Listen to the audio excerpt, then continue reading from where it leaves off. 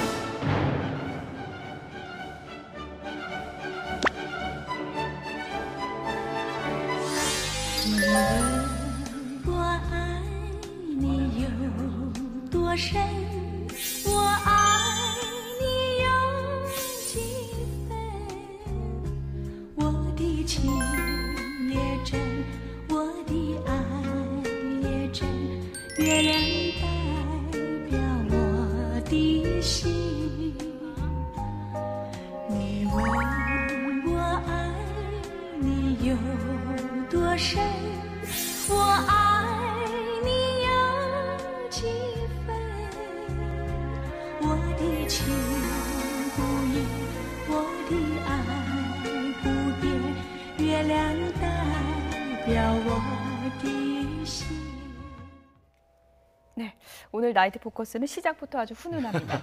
한중 외교 현장에 한중 인꼬 부부의 등장 어떻게 보십니까?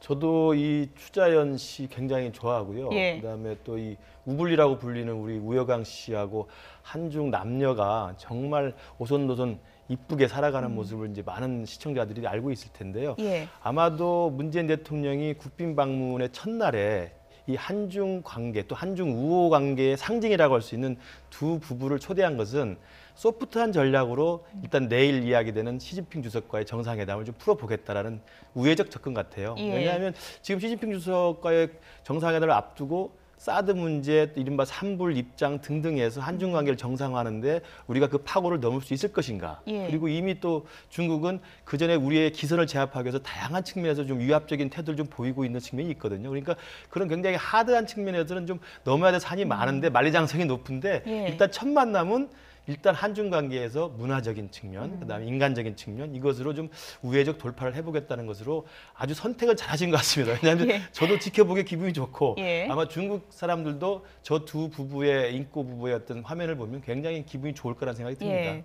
뭐 사랑꾼 부부의 만남 이렇게도 이제 불리고 있는데 다정하게 이제 두 부부가 건배를 하는 모습도 보이면서 언론에서는 좀 재치 있는 제목으로 뭐 건배사는 결혼 좋아하냐 뭐 이런 얘기도 있었습니다.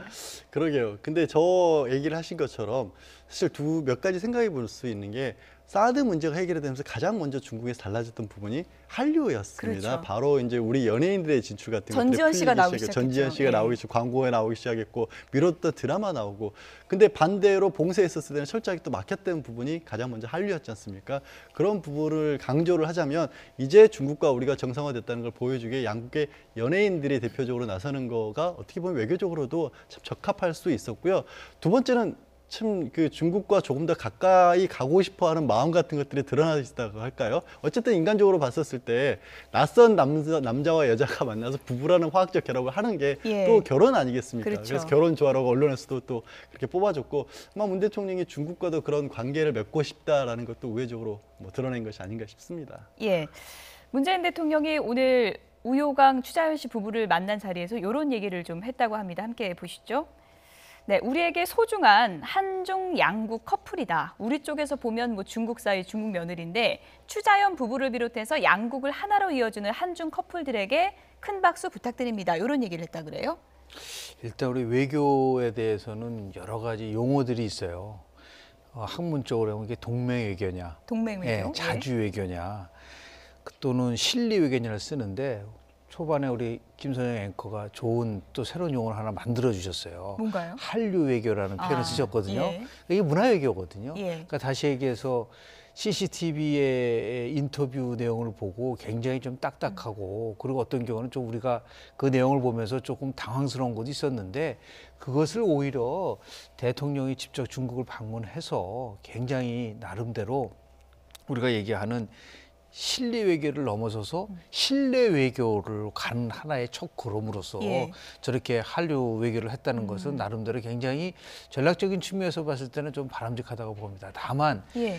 저 상황이 정말 본토에서 중국에서 얼마나 많이 반영됐는지는 그거는 지금 확인되고 있지 않아요. 왜냐하면 예. 지금 중국 언론들이 의도적으로 문재인 대통령 방문에 대해서 그렇게 크게 다루고 있지는 않고 있거든요. 그럼에도 불구하고 이제 내일 정상회담을 통해서 다시 한번 대통령께서 얘기했었던 지난 다낭에서 얘기했던 부분이 있어요. 매경 항고, 그러니까 매하는 아주 겨울에 차가운 추위를 예. 견디고 나서 봄을 맞이한다라고 하는 지금은 상황이 겨울 같지만 예. 앞으로 계속해서 한중 관계가 이제 봄을 향해서 갈 수 있는 그러한 것을 여는 차원에서 저렇게 예. 대통령이 또 굉장히 보기 좋지 않습니까? 예. 그리고 더 나가서 또 김정수 여사도 대통령을 극진하게 하는 그런 것도 참 보기 좋았다고 봅니다. 예.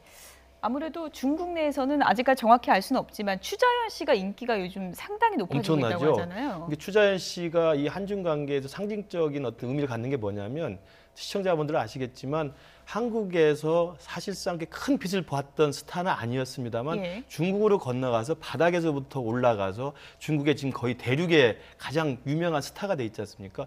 더 놀라운 것은 이 추자연 씨가 중국에 가서 그 배우 활동을 하면서 중국어를 체계적으로 배운 적이 한 번도 없었다는 거 아닙니까? 정말 그야말로 맨 땅에 헤딩하는 정신으로 중국어를 배워가면서 지금은 옆에 통역 없이도 그냥 자유롭게 의사소통이 될 정도로 중국말에 능통하면서 예. 중국에서 굉장히 유명한 배우가 돼 있기 때문에 그것은 한중 관계의 시작도 처음엔 좀 어렵고 힘들겠지만 열심히 노력하면 충분히 이룰 수 있다라고 하는 그런 상징성도 있고요. 그다음에 이 두 부분뿐만 아니라 사실은 한중 관계 인기 커플들은 최근에도 있었던 게 이제 그 탕웨이 배우하고 아, 그렇죠. 우리 영화 감독 김태용 감독도 예. 지금 분당에서 잘 살면서 분당댁 소리 듣고 있지 않습니까? 예. 그러면서 보면 한중 사이에는 이미 사람 대 사람, 그러니까 인적 교류라든지 인적 어떤 우호 관계는 사실은 어떤 부분 때보다 좋다고 볼 수 있고 예. 다만 여기 이제 정치적 이슈나 군사적 이슈를 가지고 동북아에 조금 이견 차이가 있기 때문에 예. 내일 이제 문재인 대통령이 바로 그 정치 군사적인 이견을 잘 넘어설 수 있을지 예. 그리고 또 중국의 또 고압적 태도에 대해서 우리가 정말 당당하게 나설 수 있을지 이 예. 부분을 좀 지켜봐야 될 대목 예. 같습니다. 어떤 분들은 또뭐 정치평론가 분들 모셔놓고 왜 연예인 얘기를 자꾸 하냐 그렇게 이제 보실 수도 있는데 오늘 한류 외교에 이 추자연 씨 부부가 이제 핵심적인 역할을 했던 게 사실이고 내일 일정을 보니까요 국빈 만찬에 송혜교 씨가 참석한다 그래서 상당히 좀 화제를 모으고 있더라고요. 송혜교 씨도 이제 굉장히 우리나라에서 인기를 끌었고 또 중국에서도 만만치 않게 인기를 많이 예. 모았던 태양의 후예에서 주연을 맡았었지 않습니까? 근데 그 안에 그 인기를 가지고 이제 송혜교 씨가 자리를 또 빛내주는 것 같은데요. 이건 역시 연장선상일 것으로 보여요. 그리고 예. 저 재미있는 것은 태양의 후예가 모델이 됐었던 그 군부대가 동명부대거든요. 예. 동명부대를 이번에 또 임종석 비서실장이 또 방문을 했지 않습니까? 그렇죠. 그런 일화도 생각해 볼 수가 있고 예. 저곳이 어쨌든 대한민국이 평화의 위지군으로서 군사력을 평화롭게 쓰는 어떤 장면들을 또 묘사한 드라마였기 때문에 예. 지금 사실 어떻게 보면은 3불 내에도 한국이 앞으로 가야 될 군사력의 문제와 관련된 부분들에 대해서도 예. 상당히 중국이 긴장을 하고 있잖아요. 우리가 가지고 있는 군사의 힘이라는 건 사실 저런 평화를 향한 군사력이다. 이런 것들까지도 좀 과하게 해석하면 들어가 있다고 볼 수 있을 것 같습니다. 내일 뭐 시진핑 주석과 상당히 껄끄러운 얘기 많이 나눠야 되는데 송혜교 씨 참석이 좀 분위기 전환에는 어느 정도 좀 도움이 그거는 될까요? 이제 당연히 도움이 되죠. 예. 왜냐하면 이제 우리 외교적인 측면에서 봤을 때요. 과거에는 이게 하드 파워, 강한 힘을 바탕으로 해서 예. 강대국 간에 이런 힘의 전쟁을 펼치는 그런 걸 했는데 최근에는 하드 파워가 중요한 게 아니라 소프트 파워가 중요하다. 그러니까 이 소프트 파워라는 거는 지금 사드라든지 또 북한 핵 문제 이런 문제는 굉장히 하드 이슈거든요. 아주 어렵고 풀기 어려운 난제점에 변해서 자 소프트 파워를 이용한다는 거는 문화라든지 아니면 대통령이 굉장히 좋은 얘기를 오늘 하지 않았습니까? 동주공제라는 한중 비즈니스 회담에서 같은 배를 타고 결국 강을 걷는다라는 부분들이 예. 그러니까 중국이 번영하면 한국도 번영했고 중국이 쇠퇴하면 한국도 쇠퇴했다. 이것이 결국은 소프트 파워를 보여주는 거거든요. 이렇게 해서 내일 정상회담 뭐 어떻게 될지는 예. 모르겠지만은 여하튼 좋은 결실을 맺을 수 있는 그런 예. 계기가 되기를 바랍니다. 예.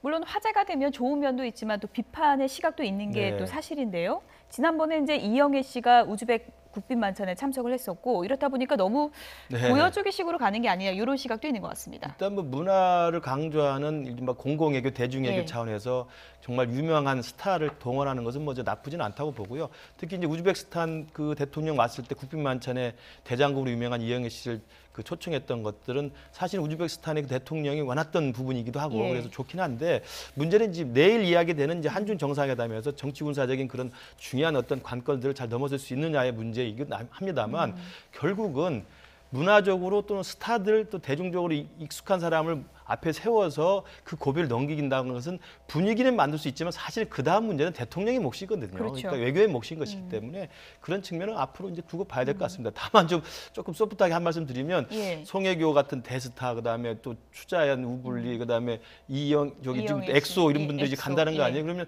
비용은 어떻게 하는지 좀 궁금하기도 합니다. 그래서 예. 이분들이 지금 대스타기 때문에 일정 비우는 것도 힘들지만 예. 사실은 하루나 이틀 정도 비워서 정말 가서 이렇게 한다는 게 엄청난 그 국가를 위해서 일을 하는 건데요. 예. 좀 혹시 기자분들 아시면 좀 알려주시면 예, 감사하겠습니다. 오늘 또 질문을 던져주셨기 때문에 네. 답변이 나오면 저희가 나이트 포커스를 통해서 전해드리도록 하겠습니다. 그런데 한중 정상회담을 앞두고 앞서도 짚어주셨지만 중국 언론에서 의도적인 좀 축소 보도도 있고요. 그리고 축소를 넘어서 이른바 좀 악마의 편집을 했다 이런 지적도 나오고 있습니다. 일단 좀 들어보시죠.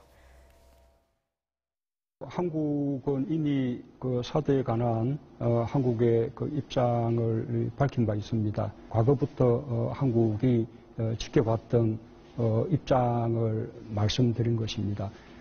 그런 입장에 대해서 서로 이렇게 깊은 이해를 이룬 것이 10월 31일자 양국 간의 협의였다고 생각합니다. 네, 문재인 대통령이 CCTV와 인터뷰한 내용을 보셨는데요. 이 내용에 빠진 부분이 있었습니다. 그래픽 보시죠. 네, 문 대통령의 원래 답변은 이렇습니다. 한국은 이미 사드에 관한 입장을 밝힌 바 있습니다. 그것은 결코 새로운 입장이 아닙니다. 과거부터 한국이 지켜왔던 입장입니다. 라고 답변을 했는데 가운데에 있는 저 파란색 박스로 저희가 해놓은 부분, 저 문장이 삭제됐습니다.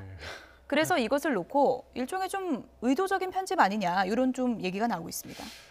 양쪽 입장을 좀 생각을 해봐야 될 것 예. 같아요. 일단 중국의 언론은 우리의 이 언론과는 많이 다르죠. 사실 공무원이라고 봐야 되지 않습니까? 중국 CCTV 같은 경우는 특히 그냥 중국 고위층이 원하고 있는 거가 무엇인가를 그대로 전달하는 거기 때문에 그런 내용을 인터뷰를 형식을 들어서 더군다나 이제 일국의 국가 원수를 상대로 한 인터뷰를 편집을 해서 내보냈다는 건 굉장한 외교적 결례라고 봐야 하는 건 맞습니다. 예. 다만 또 한편으로 중국 입장에서 봤었을 때 그럼 사드에 관해서 대한민국이라는 나라가 사드의 배치와 관련해서 중국 입장에서 봤었을 때는 약간은 배신을 당했다라고 얘기를 느꼈던 부분이 있는 거죠. 사드 배치를 하지 않겠다라는 얘기를 철석같이 하다가 갑작스럽게 배치가 이루어졌던 부분도 예. 있고 그게 또 갈등을 많이 불러일으켰던 건데 우리 입장에서는 박근혜 정권에서 문재인 대통령 정권이 교체가 되고 그 사이에 많은 변화가 있었다고 하지만 중국 입장에서는 뭐 대한민국 그냥 같은 대한민국 아니겠습니까? 예. 그러면 이제 이 상황에서는 정권도 교체가 된 상황에서 중국 내부에 대해서 대한민국이 이제는 확실하게 입장을 정리했다는 것을 자국민들에게 또 보여줄 필요성도 있는 거거든요. 예. 그러니까 양쪽의 입장이 좀 나뉜 것 같습니다. 하지만 분명한 것은 대한민국에 대해서 결례를 범한 것은 맞습니다. 예, 삭제된 부분이 그 한 부분이 아닙니다. 다른 부분도 삭제가 됐는데 어떤 부분인지 함께 보시죠. 네. 북한을 비핵화의 길로 나오게끔 하기 위해서 가장 중요한 건 한국과 중국 양국의 긴밀한 협력이다. 이거 상당히 좀 중요한 문구인데 이거 삭제됐고요. 그리고 이제 북한을 표현하는 말에 북한과 같은 작고 경제적으로 뒤처진 나라. 이 부분도 삭제가 됐습니다. 의도가 조금 보이는 것 같은데요. 그렇죠. 근데 예. 지금 우리가 아주 냉정하게 봐야 될 부분이요. 예. 내일 정상회담 끝나고 나서 공동성명 발표가 없지 않습니까? 그렇죠. 그리고 지금 손님을 초대해 놓고 나서 시 주석은 베이징을 비웠어요. 그리고 중국 언론들이 실질적으로 축소 보도하는 이유는요. 저는 대통령이 얘기한 것 중에서 이 부분이 굉장히 제일 중요한 겁니다. 우리 지금 언론도 잠깐 놓치고 있는데 어떤 내용을 얘기하냐면 10월 31일자 양국 간 무슨 표현을 썼냐면 협의란 말을 쓴 거예요. 협의요? 중국이 왜 이렇게 발끈하고 있냐면 약속이라는 표현을 쓰라는 겁니다. 그러니까 산불에 대해서 사드 예. 추가 배치하지 않고 더 나아가서 미국의 MD 체제에 편입하지 않고 예. 그리고 한미일의 군사 동맹 쪽으로 가지 않는다라고 하는 이 부분은 우리는 약속한 적이 없어요. 우리는 협의를 했을 뿐인데 예. 그것을 끝까지 요구를 하는 부분들을 지금 이 정부는 만약에 약속이란 말을 하는 순간 한미 동맹 관계는 완전 무너져 버립니다. 그래서 신중에 신중을 기해서 지금 우리는 협의라는 말을 쓰고 있는데 예. 아마도 내일 시 주석이 이 부분을 집요하게 해서 대통령으로 하여금 산불을 반드시 지키겠다는 말을 끌어내려고 노력을 할 거예요. 여기에 말려들지 않기 위해서 예. 공동성명을 안 하는 겁니다. 그래서 이 부분을 우리가 지금 뭐 결례도 아니고 저렇게 집요하게 나오는 이유는 뭐냐면 예. 우리가 거기에 말려 들어가서는 안 된다. 그래서 오히려 훨씬 더 우리 복싱으로 얘기하면 중국 애들은 지금 인파이팅을 하고 있지만은 한국은 지금 아웃포싱을 하고 있는 거 잘하고 있는 겁니다. 그러니까 전략적으로 봐서도 예. 여기에 우리가 너무 민감하게 반응할 필요가 없고 우리는 우리의 스탠스를 그대로 유지하면서 예. 한미 동맹 관계도 같이 함께 고려하면서 한중 우호 관계를 가져가야지 예. 한쪽으로 일방적으로 가져가면 그건 크게 우리가 예. 손해 볼 수 있는 부분도 있어서 이러한 나름대로의 어려움을 지금 현 정부가 고민을 더하고 있다라는 말씀을 드리고 싶습니다. 복잡한 외교 함수를 잘 고려해야 된다라고 이제 지적을 해주셨는데요. 유승민 대표는 오늘 이런 얘기를 했습니다. 함께 들어보시죠. 중국 국영방송 CCTV 인터뷰가 그 방송된 내용이나 편집된 과정이나 또 중국 인민일보에 우리 대통령이 기고문을 게재하려고 했던 게 취소된 거나 또 리커창 총리하고의 오찬이 이렇게 취소되고 그냥 면담으로 이렇게 바뀌고 이 모든 과정을 보면서 중국 언론과 중국 정부가 정말 우리 대한민국 대통령에 대해서 오만하고 무례하게 굴고 있다. 이거는 중국이 우리를 약소국으로 얕잡아보고 길들이려는 그런 움직임이라고 볼 수밖에 없습니다. 문재인 대통령께서는 할 말 다 하고 중국에도 노라고 할 수 있는 그런 대통령이 되고 우리 국가 안보를 지키는 모습을 국민들께 당당하게 보여주시기를 당부 말씀을 드립니다. 네. 이제 우리도 이제 노라고 말할 수 있어야 된다. 그리고 이제 예. 산불 정책에 대한 입장 명확하게 밝히고 와야 된다. 이런 지적인데요. 문재인 대통령이 내일 시진핑 주석 만날 때 어떤 부분을 가장 좀 중점을 두고 만나야 될까요? 그러니까 사실은 10월 31일에 한중 간의 이 사드 문제를 위한 봉인이라고 우리 정부는 이야기했고 예. 일부에서 이제 봉인된 게 아니고 그대로 잠재적으로 남아 있다. 그래서 봉합된 거라고 이야기를 하는데 산불에 대해서도 중국에서는 정책 좀 약속으로 계속 강조를 하고요. 예. 우리처럼 아까 교수님 말씀하셨지만 협의 내지는 입장 정도로 이야기를 하고 있거든요. 그러니까 그 산불에 대한 내용에 대해서 그 내용의 공고성, 내용이 얼마나 공고하고 견고한 거에 대해서는 입장 차이가 좀 있는데 결국은 내일 시진핑 주석과의 단독 정상회담에서 이 부분에 대해서는 중국은 계속적으로 물을 겁니다. 그렇기 때문에 문재인 대통령은 이 유승민 대표의 말대로 사실은 사드 배치에 대한 우리 정부 입장을 지금 정해놨잖아요. 사드 배치는 이미 했고 그다음에 사드 배치를 통해서 우리의 군사적 주권의 문제이기 때문에 중국은 염려하지 말라라는 예. 이야기를 계속 전달해야 되기 때문에 그런 맥락에서는 좀 당당하게 노할 수 있는 우리 대한민국 대통령 모습을 보여줘야 되고요. 무엇보다도 CCTV에서 중국의 국영 TV가 자기 나라를 국빈 방문하는 대한민국의 대통령을 인터뷰하면서 악의적인 편집을 하고 삭제를 하고 또 심지어는 앵커가 거의 훈계하는 듯한 이야기의 예. 나레이션을 하잖아요. 저는 이건 굉장히 있을 수 없는 저는 외교적 결례뿐만 아니라 국가적으로도 큰 실수를 한 거라고 생각합니다. 이 부분에 대해서는 정말 우리가 정말 기사나 이 보도에서 그냥 이렇게 이야기거리로 넘어갑니다만 정부 차원에서도 좀 단호하고 좀 강한 입장을 표현이 있어야 되지 않나 싶습니다. 예. 어쨌든 한중 정상이 내일 세 번째 만남을 갖는 거고요. 이제 문재인 대통령이 오랜 친구 관계로 발전했으면 좋겠다라는 희망을 밝혔습니다. 한중 간에 뭐 사드 문제만 있는 게 아니고 경제적으로도 얽혀 있고 중요한 게 많잖아요. 이걸 좀 어떻게 풀어야 될까요? 그거를 저는 조급증이라는 거를 좀 시달리지 않았으면 좋겠습니다. 예. 중국과의 관계에 있어서는 외교뿐만 아니라 모든 분야에서 나오는 것들이 항상 조급증을 지적을 많이 하거든요. 당장 나가서 시 주석을 세 번째 만났다. 그럼 지난번 박근혜 대통령 같은 경우는 저 사열식장에서 바로 그렇게 옆에까지 섰어서 봤는데 그럼 어떤 결과물이 있었던가요? 그건 아닌 거거든요. 오히려 중국이란 나라는 아까 제가 말씀드린 것처럼 대한민국이라는 국가와 체제가 너무나 다르고 시 주석은 예. 지금 장기 집권을 거의 공고해야 하는 상태인데 그럼 앞으로 대한민국이라는 나라는 어디로 갈 것이냐에 관해서 가장 어찌 보면 이제 정권 초기이기 때문에 예. 지금 유승민 대표가 길들여간 표현을 좀 강하게 쓰긴 했지만 그런 부분이 나올 수밖에 없는 게 니네 도대체 어떤 나라를 움직일 것이냐에 관한 믿음이 없는 거예요. 사실 예. 어떤 면에 있어서는. 그런 부분에 있어서 믿음을 충분히 심어줄 만한 건 문재인 대통령이 현재 그렇게 조금 중국 입장에서는 시민들의 혁명에 의해서 촛불시로 정권이 바뀐다는 걸 상상할 수 없는 일이잖아요. 그런 부분이 국가가 안정돼 가고 있다는 부분까지를 좀 예. 오히려 설득을 해야겠죠. 말씀하신 것처럼 조급증 내면 안 되고요. 뭐 해법이 나오기는 어려울 수도 있지만 디딤돌은 놔야 되지 않겠습니까? 근데 제일 어떻게 놔야 중요한 될까요? 거는요. 예. 왜 중국의 입장에서 봤을 때 한국 신뢰할 수 없다라는 그 부분이 왜 그러냐면요. 황교안 총리가 방문해서 절대로 사드 배치 없다고 얘기해놓고 일주일 후에 사드를 배치해버렸어요. 이런 부분들에 대해서 굉장히 나름대로 중국이 예. 신뢰할 수 없다는 얘기를 하니까 저는 두 정상이 만나서 솔직한 대화를 해야 된다고 봅니다. 예. 예를 들어 산불에 관련돼서도 만약에 북한이 계속해서 핵실험을 하고 ICBM 발사하고 하는 경우에는 이런 산불 문제 같은 경우도 국민들에게 설득을 할 수가 없다. 그러니까 이 책임은 결국은 중국이 어느 정도는 일정한 부분 한반도 평화를 위한 역할을 해줘야 한다라고 하는 아까 조금 전에 우리 그 화면에서 나섰던 삭제된 부분 있지 않습니까? 예. 그거를 대통령이 아주 진솔하게 얘기를 하고 거기서 어떠한 동의를 끌어낼 수 있는 그러한 지혜가 필요하고 제일 중요한 것은 결국은 양다리로 가서는 안 된다. 외교에서 특히 약소국이라고 할 수 있는 G2에 비해서요 전략적 모호성은 안 되는 겁니다. 예. 그러니까 전략적 모호성은 하면 신뢰가 깨지기 때문에 이 부분에 대해서 문재인 대통령이 시 주석과 정말 허심탄회하게 얘기할 수 있는 그러한 용기도 필요할 거라고 봅니다. 예. 뭐 한중 관계 훈풍이 불기 시작하긴 했지만 사드 문제 먹구름은 완전히 가시지 않은 그런 상황인 것 같은데요. 내일 한중 정상회담에서 어떤 성과가 있을지 좀 기대해 보도록 하겠습니다. 여의도로 가보겠습니다. 김성태 한국당 원내대표가 오늘 민주당 우원식 원내대표와 상견례를 가졌는데요. 기싸움이 아주 팽팽했습니다. 함께 보시죠.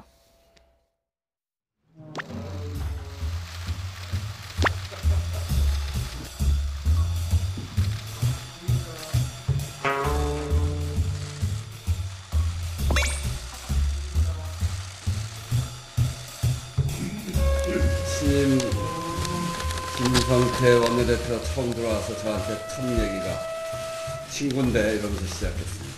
잘 싸우자 그렇게 대답을 했습니다. 사실은 걸려온 전화를 제가 받지를 못했어요. 바로 앞에 이제 방송이 또 있어요. 제가 바로 전화를 또 걸었습니다. 대뜸 잘 싸우거든.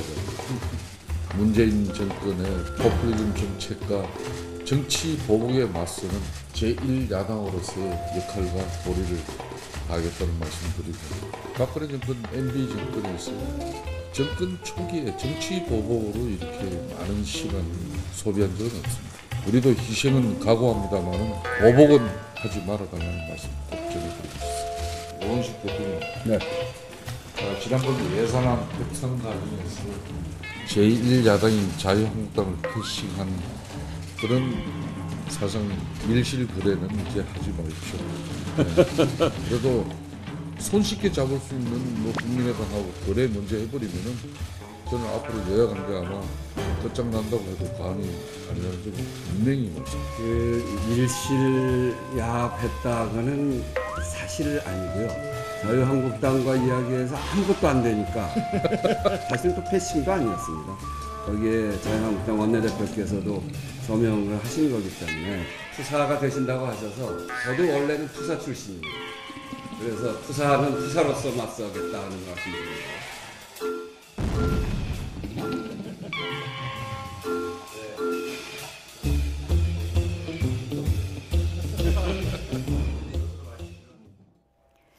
화면을 통해서 수많은 상견례를 봤지만 보통 첫날은 안 그러는데요. 그렇죠. 첫날부터 팽팽하네요. 굉장히 기싸움이 좀 치열한 것 예. 같습니다. 아마도 제가 볼 때는 김성태 신임 원내대표가 바른정당을 가셨다가 예. 바른정당에서도 신임 초대 사무총장을 하셨다가 다시 돌아온 복당파이시고 또 복당파로 오셔서 자유한국당에 남아있던 분들의 지지까지 받아서 지금 원내대표가 됐기 때문에 예. 옛날부터 그런 말이 있지 않습니까? 변해서 온 사람들이 좀 더 강한 모습을 보여줘야 되거든요. 그래서 아마 이 우원식 이 민주당 대표를 만난 자리에서 내가 절대 제1야당 대표로서 밀리지 않겠다라고 하는 예. 각오와 결기를 가지고 간 것 같고요.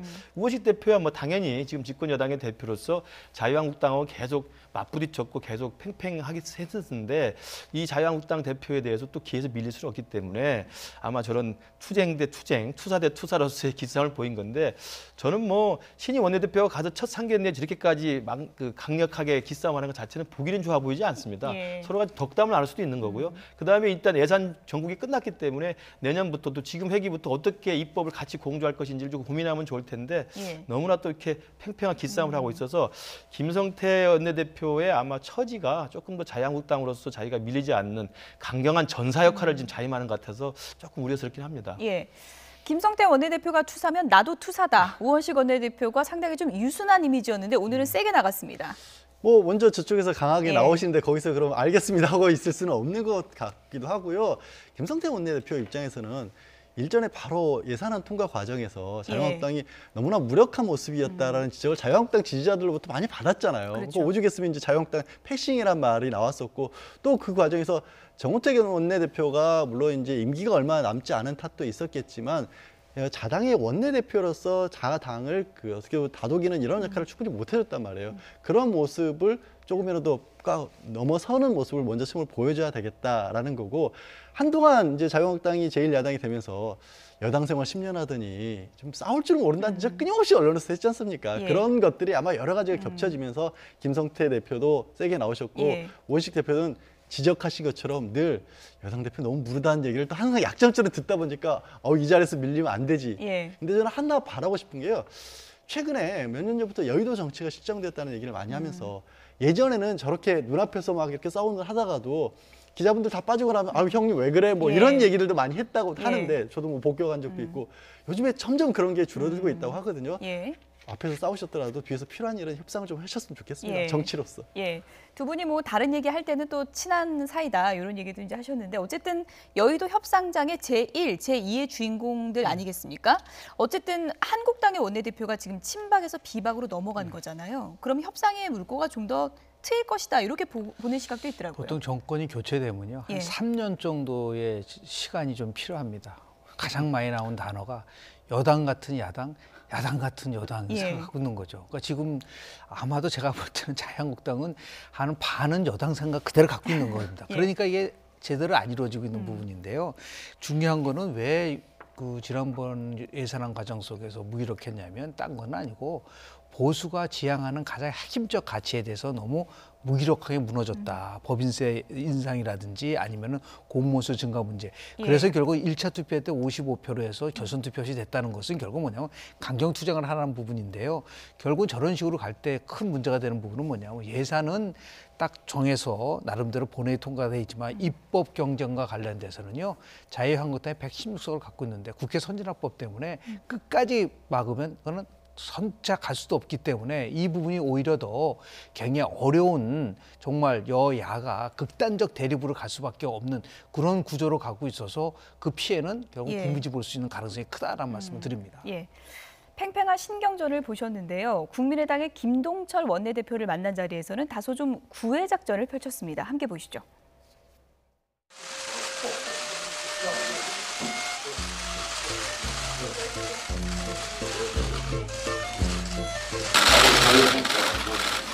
제도로 된 나간 공조를 좀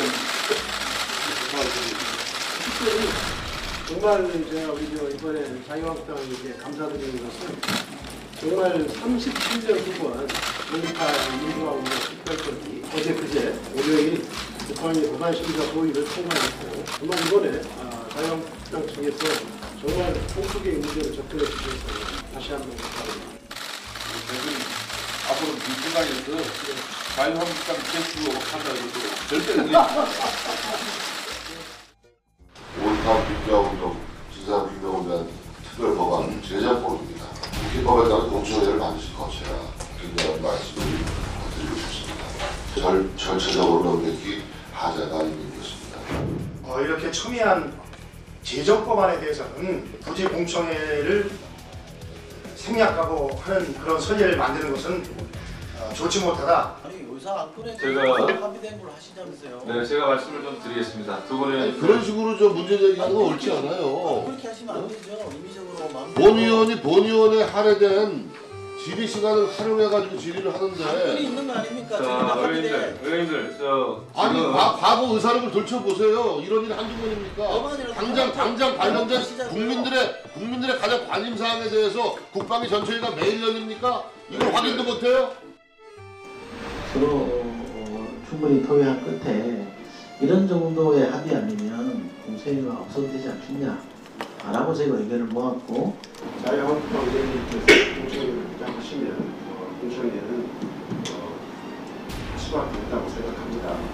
근데 제가 방금 우리 자유한국당 신임 윤석태 원내대표를 예방하고 오셨길래 그래서 감사의 말씀을 드렸는데 감사의 말씀을 드리고 나니까 이제 또 공청회가 결정이 돼서 조금 당혹스럽습니다. 다시 한번 축하드립니다. 조금 당혹스럽습니다.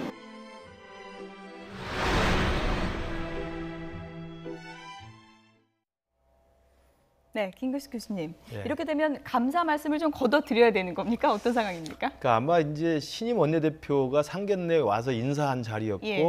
김동철 원내대표는 이제 그렇게 합의해주기로 일단 잠정 합의가 된 걸로 알고 있었기 때문에 감사를 했는데 예.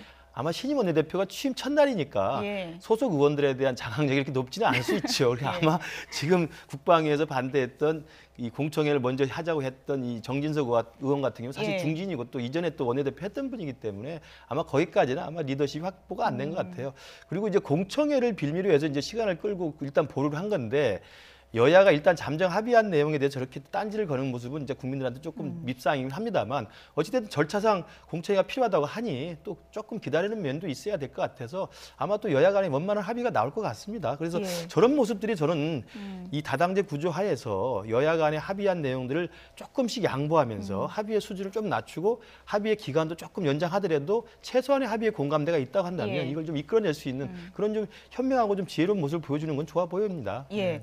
어쨌든 김성태 원내대표가 오늘 김동철 원내대표한테 우리 선수들끼리 좀 제대로 해보자 이렇게 인사를 했는데 첫날부터 좀 삐그덕거리는 거 아닙니까? 김동철 원내대표로서는 앙금이 남을 수밖에 없을 것 네. 같아요. 왜냐하면 이제 아까 조금 전에 예산안 얘기를 하고 있었는데 예산안 전국에서 가장 득을 본 것은 국민의당이라는 얘기를 많이 예. 했지 않습니까? 다른 게 아니라 호남에서의 어떻게 보면은 국민의당이 조금 점수를 딸 수 있는 어떤 것들을 많이 얻어갔다라고 했었는데 최근에 국민의당이 굉장히 난제를 맞고 있지 않습니까? 김대중 전 대통령 관련한 박주원 최고위원의 어떤 저 폭로와 관련된 문제 때문에 호남 여론이 상당히 안 좋은 상황에서 어떻게 보면 그거를 좀 극복할 수 있는 카드로 쓸 수 있는 게 5.18 특별법이거든요. 예. 그거를 통과를 시켜주기로 합의가 됐다가 하필 저 자리에서 저렇게 얘기를 했다가 바로 국방에서 저 거세게 반발을 해버리면 김동철 원내대표로서는 이게 도대체 뭐 하는 거냐. 뭐 이렇게 이제 뭐 가시는 대표가 됐으면 상황 파악이라도 제대로 하고 오든지 아니면 지금 그 자리가 나온 걸 가지고 나중에 의원들끼리 좀 뒷수습이라도 하는 모습이라도 보여줬으면 좋을 텐데 예. 그게 안 되고 오히려 모양새는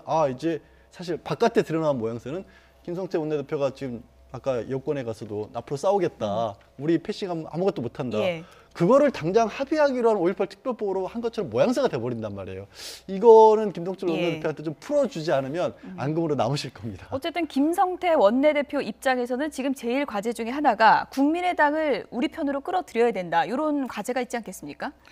국민의당과의 협조를 제일 일차적으로 중요한 예. 과제로 보는데 이 국민의당이 지금 거의 뭐 합의 이혼까지 갈 정도로 복잡합니다. 예. 그러니까 예. 누구를 끌고 누구랑 같이 해야 될 것이냐에 대해서 예. 방향이 굉장히 좀 왔다 갔다 해요. 오히려 국민의당은 안철수 대표는 이제 바른정당과의 통합을 아예 선언할 거라고 하는 그 말이 나오고 있는 상황 속에서 예. 결국은 여소야대 상황 속에서 제일 중요한 것은요. 야당이 어떠한 것을 주도한다기보다는 처음에 대통령이 예. 얘기했던 바와 마찬가지로 협치가 지금 사라졌어요. 그러니까 이 협치를 어떻게 복원할 것이냐라는 예. 부분들 속에서 훨씬 많은 그러려면 자연스럽게 여야가 대화 타협을 할 수 있는 분위기를 만들어줘야 되는데 그 분위기는 누가 만들어줘야 되느냐. 야당이 만드는 게 아니라 결국은 권력을 갖고 있는 여당이 주도해서 대화 타협할 수 있는 그것이 결국은 문제를 풀 수 있는 지름길이라고 저는 예. 봅니다. 오늘 여야 상견례까지 맞은 김성태 원내대표가 투톱, 그러니까 홍준표 대표와의 역할 분담에 대해서 이렇게 설명을 했습니다. 들어보시죠. 홍준표 대표는 직설적이고 예. 좀 거친 표현은 이제 원내 그동안 제대로 싸우지 못했기 때문에 본인이 그렇게 싸울 수밖에 없는 대신- 그런 상황이 있다고 저는 이해를 하고 앞으로 그런 부분은 나한테 맡기고 본인은 덕당과 그리고 여야 간의 갈등과 대치 정국에서의 해법을 제시하면서 때로는 중재할 수 있는 그런 덕장으로서의 모습을 갖출 수 있다는 그런 분위기도 제가 느꼈습니다. 그러니까 이제 전사 역할은 김성태 원내대표가 하시는 거고 홍준표 대표는 덕담 건네는 덕장의 이미지로 가겠다. 당 운영 관련하고 대여 투쟁 관련해서 한마디만 좀 해주세요. 김성태 원내대표가 되었기 때문에 대여 투쟁은 앞으로 김성태 원내대표가 할 겁니다. 나는 당 혁신에 주력할 겁니다. 이번 새로운 원내대표가 이제 친홍계다. 그런 의미로 한다면 우리 자유한국당의 친홍계가 90%가량 됩니다. 개인적으로 친한 국회의원이 친홍계지. 이번에 이제 새로운 원내대표가 이렇게 되면서 반응되어 있는 분들이 추가로 한국당에 올 수도 있다는 얘기가 솔솔. 샘문 열어놨다. 네, 역할 분담 얘기부터 좀 해볼까요? 그러니까 김성태 원내대표가 전사, 홍준표 대표는 덕장 이렇게 나눠간다는 얘기거든요. 일단은 친박 색채가 좀 옅어지면서 예. 이른바 홍준표 대표 체제의 리더십이 일단은 투톱을 장악했기 때문에 역할 분담을 할 수는 있다고 봅니다. 예. 왜냐하면 자유한국당도 좀 변모하는 모습을 보여줘야 할 필요성이 있기 때문에. 그런데 저는 뭐 역할 분담을 의도하고는 있다고 봅니다만 될 수 있을지는 제가 좀 의문입니다. 왜냐하면 홍준표 대표의 이 사실은 그 거친 표현이라든지 그 단어 사용이라는 게 하루아침에 변하지는 않거든요. 예. 그리고 홍준표 대표가 그렇게 또 쭉 커왔던 분이시기 때문에 덕장으로 해야 되겠다는 개인적 필요성은 있을지 몰라도 예. 실제로 매번 현안이나 이슈에 대해서 그렇게 과거와는 다른 온화한 표현, 유연한 표현 이런 덕장의 이미지를 보이기는 쉽지 않지 않을까 어쨌든 싶어요. 역할 변화는 모색할 수 있는 거잖아요. 그렇죠. 왜냐하면 또 예. 홍준표 대표가 사실은 원외 지금 대표이기 때문에 예. 원내에서의 여당과의 어떤 투쟁이나 여당과의 협상 과정에서 사실 이제 원내 대표가 사실은 정권을 가지고 할 수밖에 없는 예. 것이어서 아마도 이제 홍 대표는 이제는 원내 대표로서의 이제 친박계가 와야 된 상황에서의 당을 좀 고쳐나가는 부분에 좀 많이 매진할 것인데 과연 과거처럼 막말 논쟁이라든지 이런 어떤 이야기들 속에서 덕장으로 바뀔 수 있을지 좀 두고 봐야 될 예. 것 같습니다. 어쨌든 덕장으로서의 각오를 밝힌 거기 때문에 그 그렇죠. 부분은 좀 기대를 갖고 지켜보도록 하겠고요. 인터뷰 말미에 샘문 열어놨다. 그러니까 바른정당 의원들 들어올 문이 아직 있다.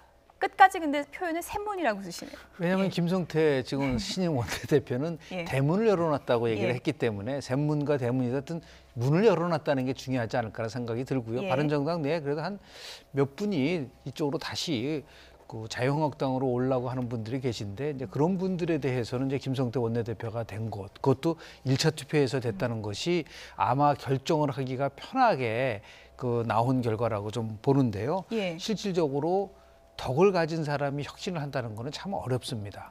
그러니까 그건 중요한 거예요. 혁신은 당 대표가 하고 예. 대여 투쟁은 원내 대표가 한다라는 투톱으로 가져간다는 거, 그런 기조로 갈 수밖에 예. 없는 그런 상황이라고 봅니다. 간략하게요. 투톱의 케미라고 할까요? 어떻게 예상하십니까? 얼마나 김성태 원내대표가 잘 싸워주느냐에 따라서 예. 홍준표 대표가 조급증을 내서 이렇게 막 혼자 직접 SNS를 통해서 말씀을 안 하셔도 될 만큼 싸워주느냐에 따라 달리지 않았을까 싶습니다. 김성태 원내대표에 예. 달려있다. 이렇게 이제 지켜보도록 하겠습니다. 지금까지 전문가 세 분이었습니다. 김영준 명지대 교수, 김근식 경남대 교수, 그리고 양지열 변호사 세 분이었습니다. 고맙습니다. 고맙습니다.